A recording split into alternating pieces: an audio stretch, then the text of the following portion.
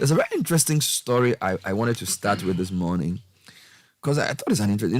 We are in an era where cocoa bills are being exchanged, and cocoa bills are essentially monies we borrow to help Cocoa Board.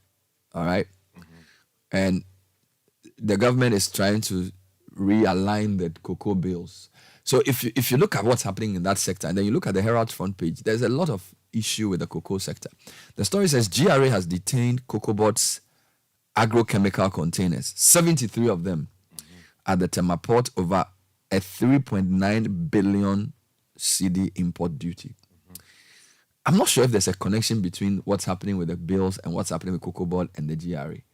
But I think it deserves a bit of investigation. I'll probably read that story for you as well. But for a government agency to detain containers at the port for a parastatal like Cocoa Board, and this is for agrochemicals, so that means that these are probably going to be given to cocoa farmers to spray their farms, right? And then you have the GRA saying you got to pay back. You got to pay the import duty.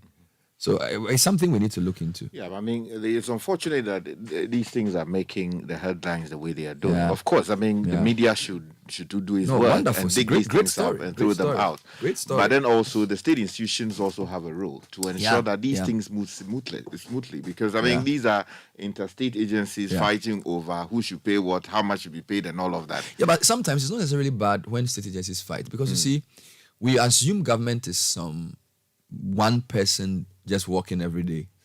There are so many moving parts, right? And I'm not saying I'm not picking sides, but sometimes agencies have to insist on the right things being done. That's true. Because of the law that set them up. That's true. So why should they vary it for Cocoa Board?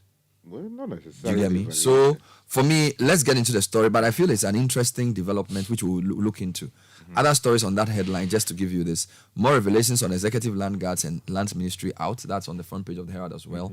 And then Addis-Adel old boys deny endorsing Alan Chamartin's presidential bid. Oh, yeah. So it's back and forth. In the meantime, though, let me just mention that elsewhere, Samuel Kujetua Blackwell is publishing new details on this. What do you call it? The National Cathedral matter. And he's put out letters that seem to suggest that the Attorney General has resigned as the secretary to the National Cathedral project board. Okay, we'll get into that. So, Daily Graphic has something else. Yes, UGK and UST run unapproved courses. Authorities move to rectify anomaly. In other stories, government approves new salary structure for JUSAC. We said that yesterday. Parks and Gardens cries for swift help. 90% of workforce near retirement. Cool. In other stories, support our quest to transform economy. That's the president, and he's in Portugal. And Access Bank PLC, Standard Chartered Bank, signed acquisition deal. And on the back page of the Daily Graphic, work progresses on Buankra Inland Port. Hey, this matter. Let me take you to the Ghanaian Times. For effective implementation of education reforms, commit more funds at local level. Dr. Boachi Yadom. Dr. Michael Boachi Yadom is quoted here. And then also, new salary structure allowances for JUSAG, lower bench, take effect. So, Charlie, new money is coming home. That's good to know. Also, provide tax incentives to private sector to create jobs. Professor Bewa is speaking. And the 7th National COVID-19 Vaccination Days campaign begins today. All right. The Daily Guide says, Baumia campaign team unveiled. Sami Ewuku leads. Staying with the MPP, refund aspirants money. That's coming from the MPP neck. Jachikwesin trial resumes. Akosia Menu files for a Denton seat, and ADB MD endorses a Kumfi factory model. The Chronicle says this morning, beware, your PhD could be fake, as Legon and KNUST admit to running unaccredited programs. Bernard, What is this? What are you trying to do? 4 years of studies, you would tell a fake certificate. Also, we are told that $60 million 100-bed hospital for Ejira, the sort has been cut. And then also, confidence trickster dupes military lady of 295,000 Ghana cedis. Hey, Charlie, members did the system inside. And some other stories on the front page. The Republic Press says confusion rocks $2 million SkyTrain job as blame game takes center stage. Fireworks in MPP as aspirants exchange brickbats. And buffer stock brouhaha. Suppliers get cash today. All right. I take you to the Finder. Agenda 111 breaks suppliers cry foul. Oh, Lord. Over unilateral substitution of compressed earth bricks with cement blocks. What's happening? Also, Dr. Akoto to link agric diversification to economic development. Charlie, the man is, he's promising. And then Access Bank acquires Standard Chartered in 5 African countries. All right. The Publisher says no insults, do clean campaign. Baumia tells team. Akoto woos delegates with plantain trees. And there's a picture of him and the plantain tree. Yeah, he brought Ablajo to the stage. I'm trying to. That's like Professor Michael Go previously. What they should have done was to put the Ablajo in a flower pot. But they put the Ablajo on the best stage. So they should have brought some, they should have put it in some pot. And they've circled it. Yes. You remember your man? Don't stop that. You'll be in contempt. Anyway, Don't speak that way about my speaker. Ghana, Portugal sign defense and economic. It'll be serious. Let me take you to the Ghanaian Publisher. Big story says Minister slams Kene Japong. Tells him to stop acting greedy. And we're talking about the Minister for the Western Region, Dako Mensah. Also on the front page, Baumia cuts sword for 100-bed Ejira Hospital. ADB MD endorses a Kumfi factory model. And then we are told that Ghana, Portugal deepen bilateral relations. Another story here says, Obi Amwa condemns acrimony amongst aspirants. Okay. And the BNFT says Jubilee Field producing over 100,000 barrels per day. All right. And you have the ADB giving a thumbs up to the Ekumfi factory model also here. Right. Calls for derivative markets intensify, dubbed future of the financial markets. And then they have the Access Bank and Standard Chartered story. Plus, Zoom Lion goes digital, launches payment platform to improve customer service. And if you go to the Daily Analyst, attack on journalists by immigration officers. Interior Minister must act swiftly. The GJA president is quoted here as saying on the front page of the Daily Analyst. Also, the story about the ADB MD endorsing a Kumfi factory model making the front page here. And he's advocating for replication across the country. Again, Ghana, Portugal signed defense and economic pacts. It was in the news this morning and is also here on the front Let me give page. you some headlines online. CitiNewsroom.com. We are not bothered about losing seats. This is Minority Samuel George. MPP flag bearer race. Don't attack candidates who insult me. Bawumia's to his supporters. Meanwhile, I am the only one who can match NDC toe to toe. This is Alan Chermatin. And then other stories. The articulations lawyer cross-examines first prosecution witness. 2 injured in clash between land guards and woodworkers. And then 2 Nigerians in possession of AK-47, 48 rounds of ammunition arrested. Citi Business News this morning. Use media budget to review benchmark for crude prices. Energy analysts are saying, Momo fraud, don't entertain conversations about your account. MTN is warning. Meanwhile, IES calls for efficient exploration of Ghana's lithium resources. And the World Bank says Africans have not fully tapped into regional trade yet. Now, I want to start with the Herald's front page. I like the story. So the Herald's investigations at Cocoa Board have revealed a more disturbing development that the country's cash cow Cocoa Board is in a dire situation with 73 of its containers with agrochemicals and implements stuck at the ports of Tema for almost a year. Hey! Most of the agrochemicals running into hundreds of millions of US dollars have expiry dates and could be declared unsuitable. This, according to the paper's information, is due to the government's shocking decision to withdraw tax exemptions enjoyed by Cocoa Board over the years, insisting that the institution pays import duty on all its imports into the country, as happens with other companies.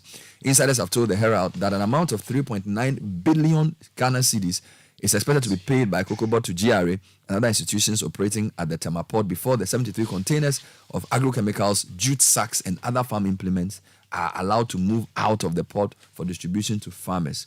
These locked agro products include fertilizers, were previously given out to cocoa farmers for free as interventions until the advent of this government.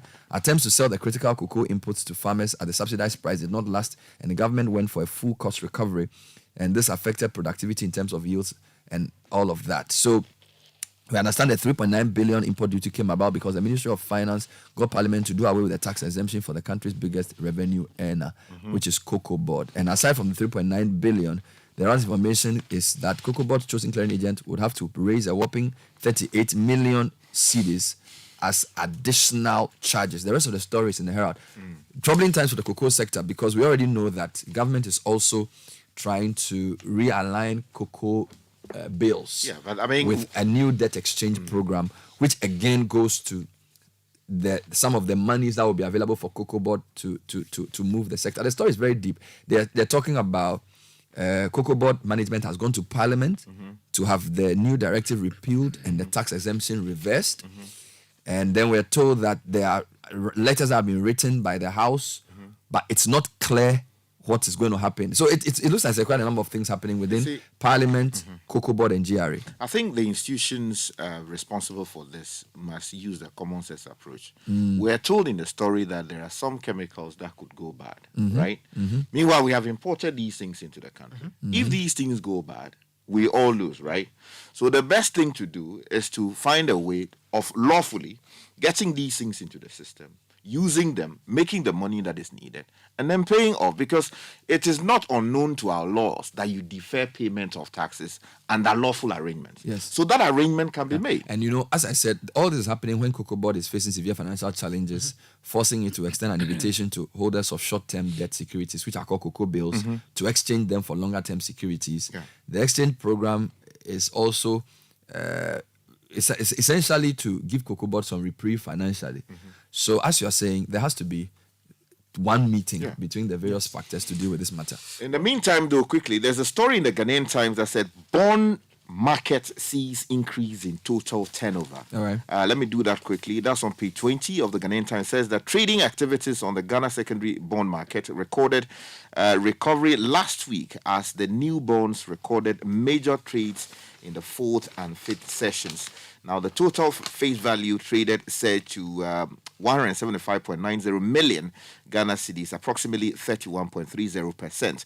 Now, this was underpinned by a 42.08% increase in transactions across new bonds. Okay, if you go to the front page of the Daily Graphic, they're talking a big education story. Now, the story is written by Daniel Kenu, and it says the 2021 Auditor General's report has revealed that the University of Ghana is running 371 unaccredited programs, including 80 undergrad courses. The unaccredited programs also include 213 postgrad and 67 PhD courses. Similarly, officials of the KNUST also appeared before the Public Accounts Committee of Parliament and admitted that the university was running a number of unaccredited programs.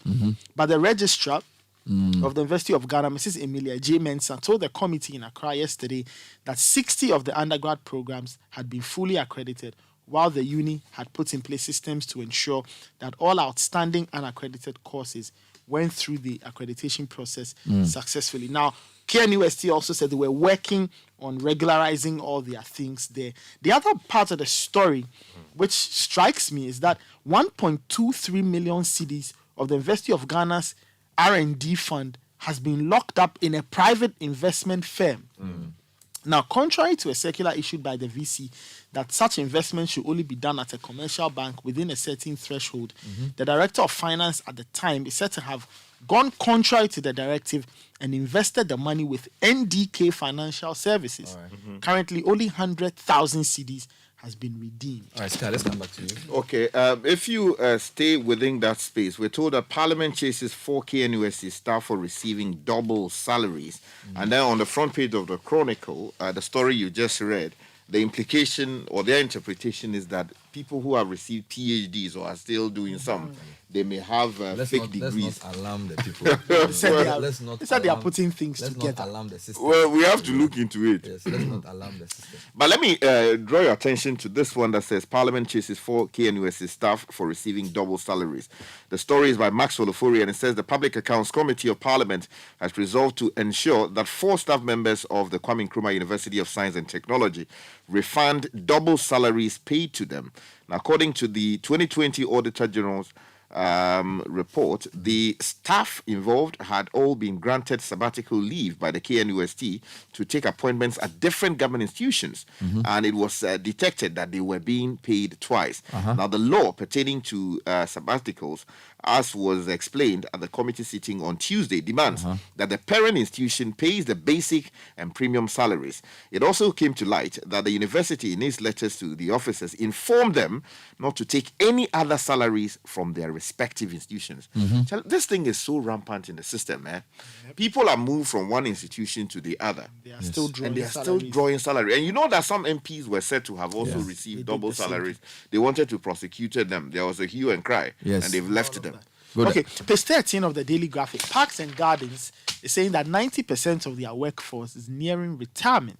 Now, the retirement of the 369 workers has called for the urgent need for the department to fill the many vacancies across the country. Now, for those who do not know, the Department of Parks and Gardens, they are responsible for greenery and all of that. But they say that they are lacking in terms of workforce. But the director of the department, Dr. Daniel Kingsford Adams, says that they are working with the Ministry of Finance for a green light so they can recruit more hands. Okay, let me come back to the Chronicle, Bernard. This story that I mentioned much earlier. Confidence trickster dues military lady of 295,000 Ghana cedis. And the story is very interesting, Bernard.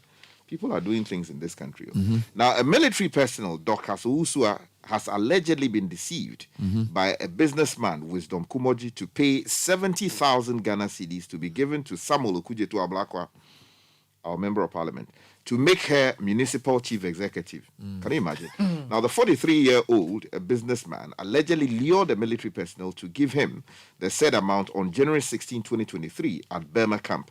Now, Kumoji allegedly took a total amount of 295,000 Ghana cedis from the personnel under the claim of sharing it with others, including the Inspector General of Police and the heads of Yoko, CID, GRA, National Security, NIB, and the governor of the Bank of Ghana. Wow, look. And his secretary to release his locked-up funds at the central bank. Now, part of the money, which is 70,000 Ghana cedis, was given to Kumoji to purchase 2 plots of land at Ajirigano. I mean, all these things should raise... Speaking about Ablakwa, he has released some information that suggests that the Attorney General has resigned as secretary to the Cathedral Trustee Board. It's not found its way into the papers yet, but it's making a lot of rounds online. I want to just touch on 2 political stories now. So Bawumia says, don't attack candidates who insult me. This is a story on citynewsroom.com. Meanwhile, Daily Guide is talking about his campaign team. Yes. If you can give me the names of those on that team before I finish the story. Well, the story says Samia Wuku is spearheading the campaign for the vice president. The story is he also not says working as the director general of the... Let me finish.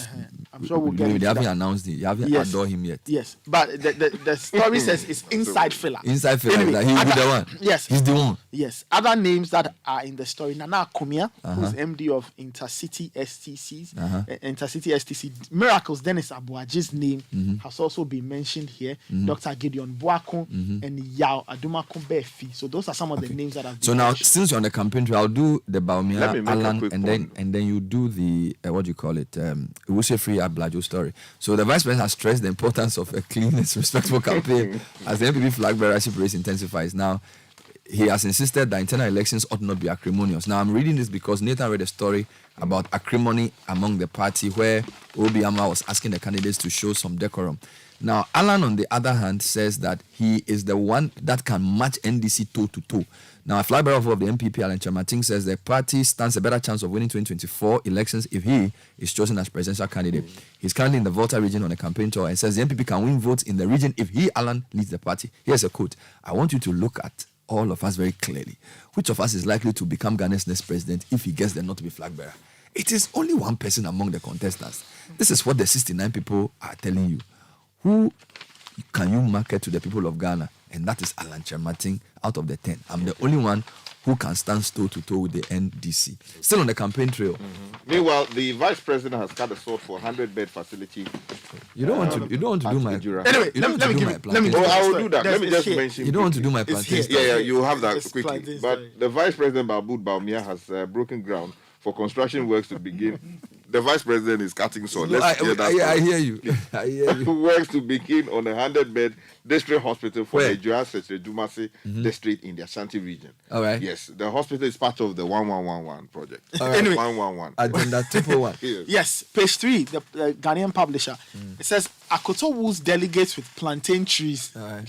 Stop that. Now, the former Minister of Food and Agriculture, Dr. Owusefri Akoto, who prides himself as having transformed Ghana's agricultural sector, is leaving nothing to chance At all. and is using that as a major trump card. Yes.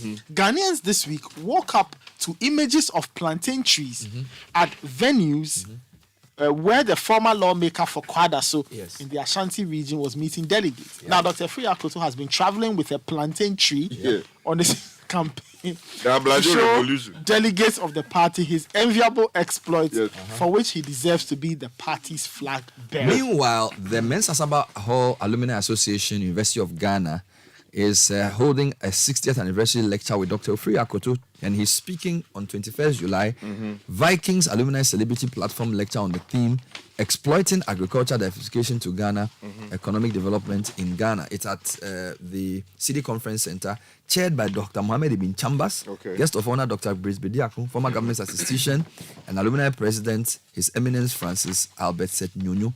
So Mensaba Hall is now. I'm bringing this because there's a story in the Herald that suggests that Adisadel people are saying they have not endorsed Alan Bia. Okay. You know that story came up yesterday. Yes, So the yes. Herald's version of that is that the Adisadel Old Boys Association has denied supporting any of its members contesting for the presidency and urge all Santa Clausians to discount and dissociate themselves from all such comments finding currency in the media mainstream. A statement issued under the name of Peter C.K. Atuora and sent to the Herald said the Global Executive Council of Adisadel Old Boys has not issued any such directive.